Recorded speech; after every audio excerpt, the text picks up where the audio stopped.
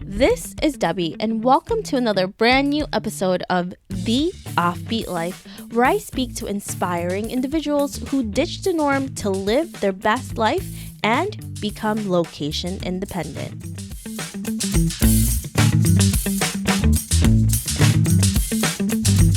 This week, I'm so excited to speak with Marilen Rose, who is the founder of My World Registry, a unique online registry that is bringing local experimental gifts to the world. Growing up in Chile, Marilyn was exposed to incredible landscapes that inspired her to someday help others enhance their experiences through travel. However, Marilyn put her dreams aside to pursue a different career path, and it wasn't until she became burnt out in the corporate world that she finally got the courage to pursue her passion to become an entrepreneur. Marilyn created My World Registry because she saw a gap in the industry for people who have enough stuff but want to have more experiences. The registry is also a marketplace where providers can sell their experiences to people who are interested in adventures. Listen on to find out how to fill your life with experiences, not things.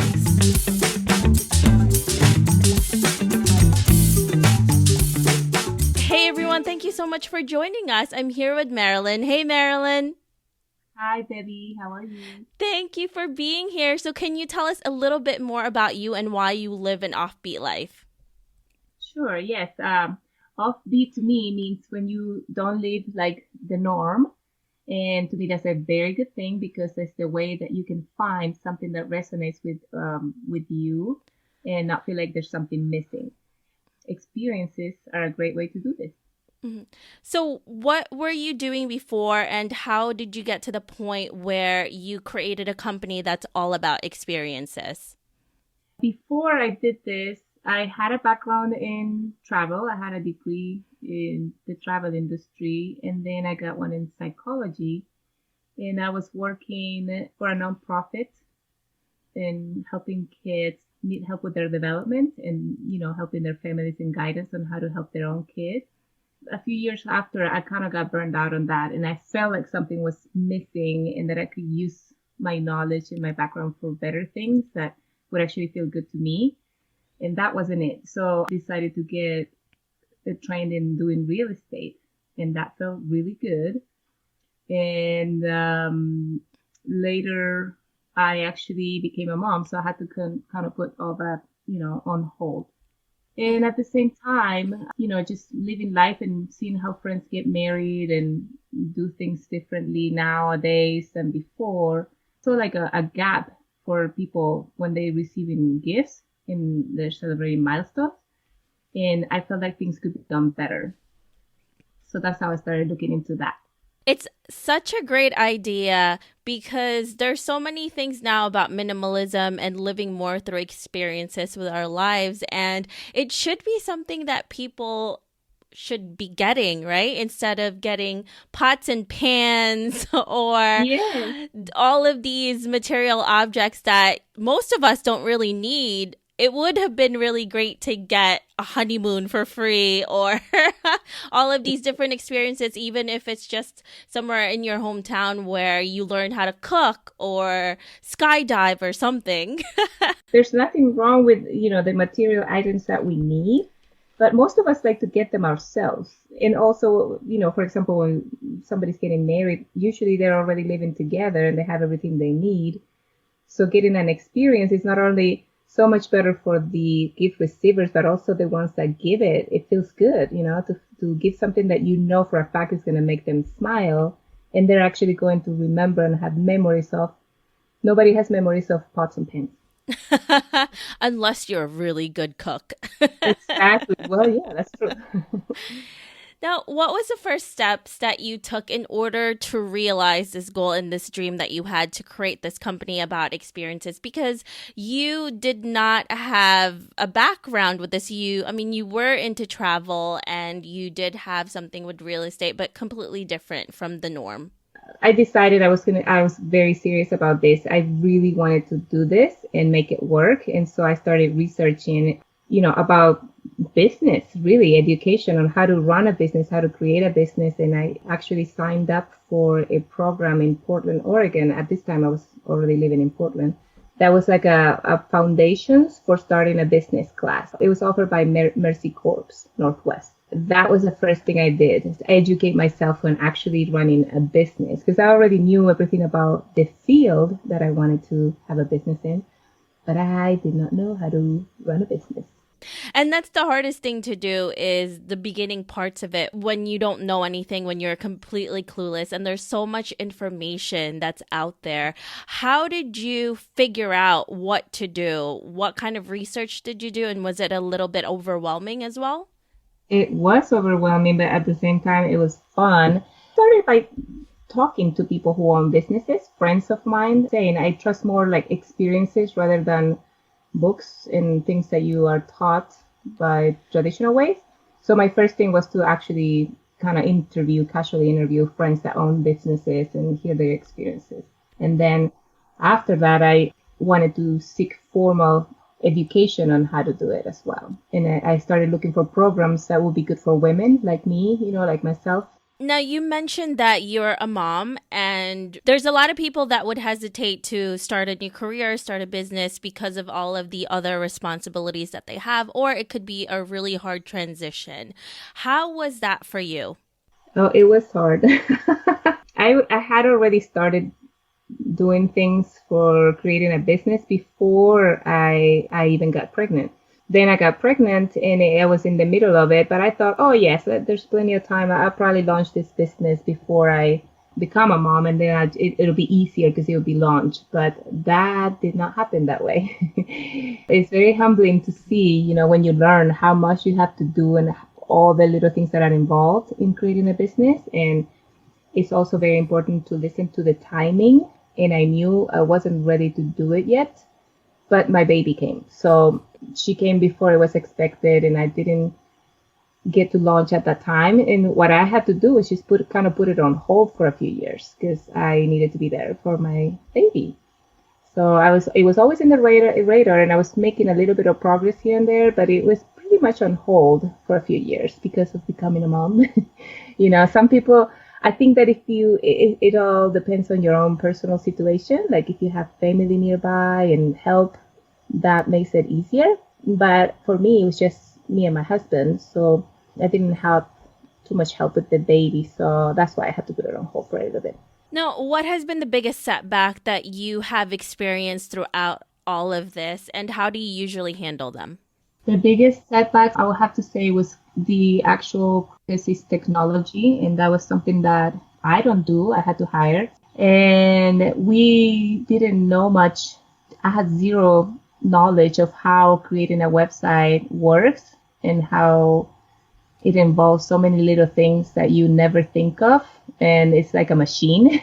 And if one thing breaks on one side, sometimes it affects 10 other things on the other side. That was the biggest learning curve for me, and it was the biggest setback because I actually had to build the website 3 times over. Oh, wow. 3 different developers. So that was really the biggest setback. So I'm glad that now I have really good people with us. That is actually one of the hardest things to do, is to find good people to work with you. When you were trying to find all of the programmers and your assistants, how did you do that? I was also asking friends and people that I knew had websites, or asking friends if they knew a good, solid person or team that they had worked with or knew well.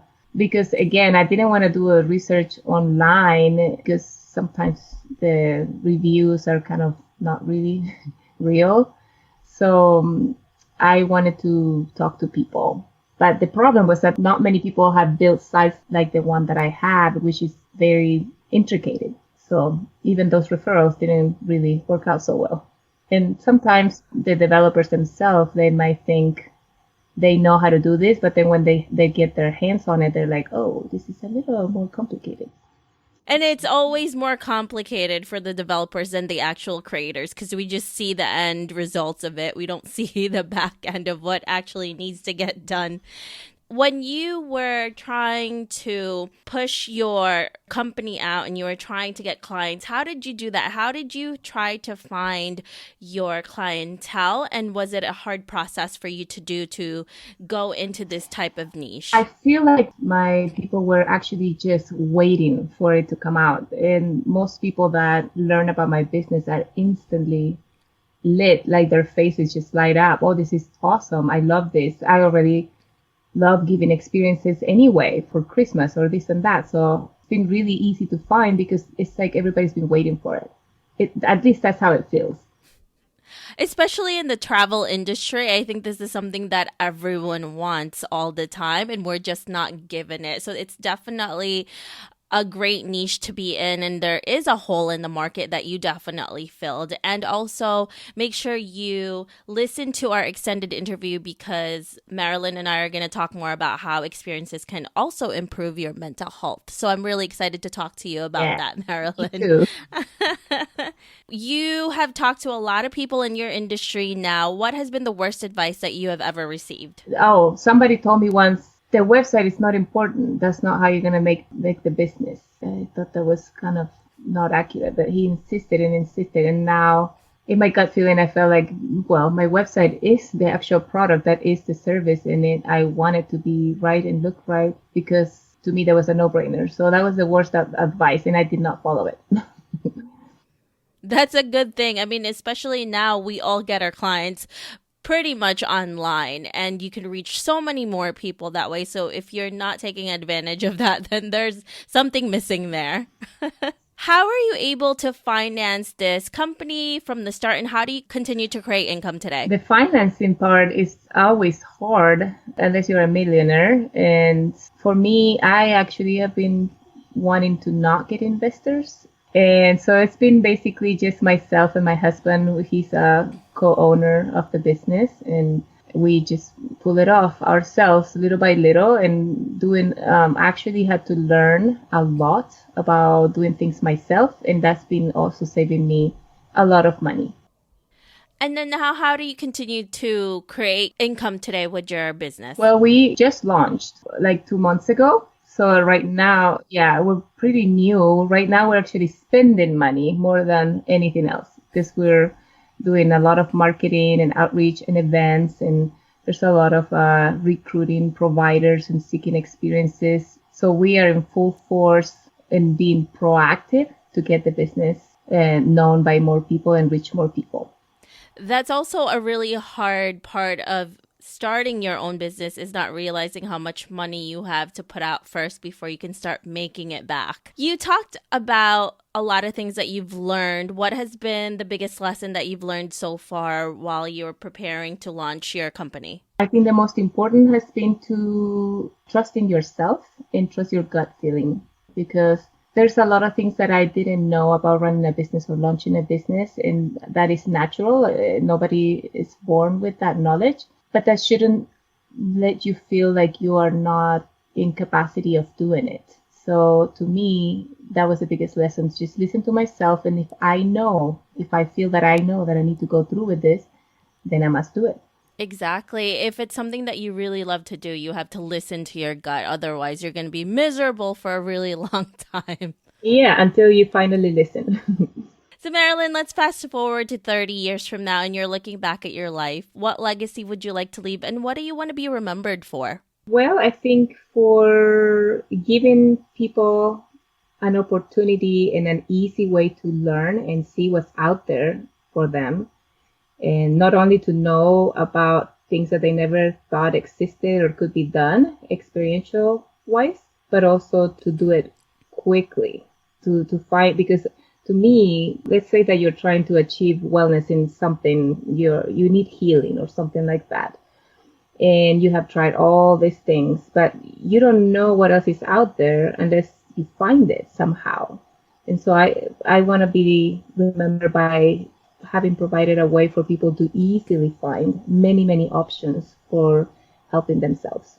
That's such a great way of putting your legacy out there. Now, let's get to some fun questions. Some people like myself, I nerd out on interviewing inspiring people like you, hiking. What about you, Marilyn? What do you nerd out on? Well, I love knitting. That's one thing I've always loved. Kind of has nothing to do with what I'm doing, but it's something that really gives me joy. What are you working on currently that is really exciting to you?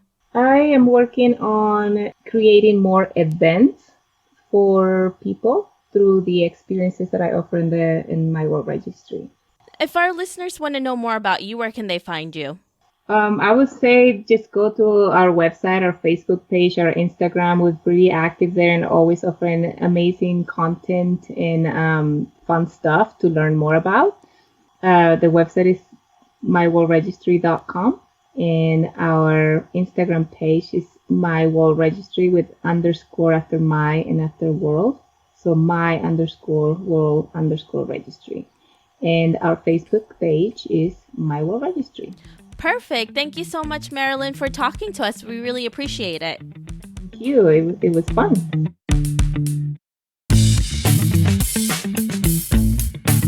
I hope you enjoyed this interview with Marilyn. Make sure to visit theoffbeatlife.com. Again, that's theoffbeatlife.com to get the extended interview with Marilyn where she shares how experiences can improve your mental health.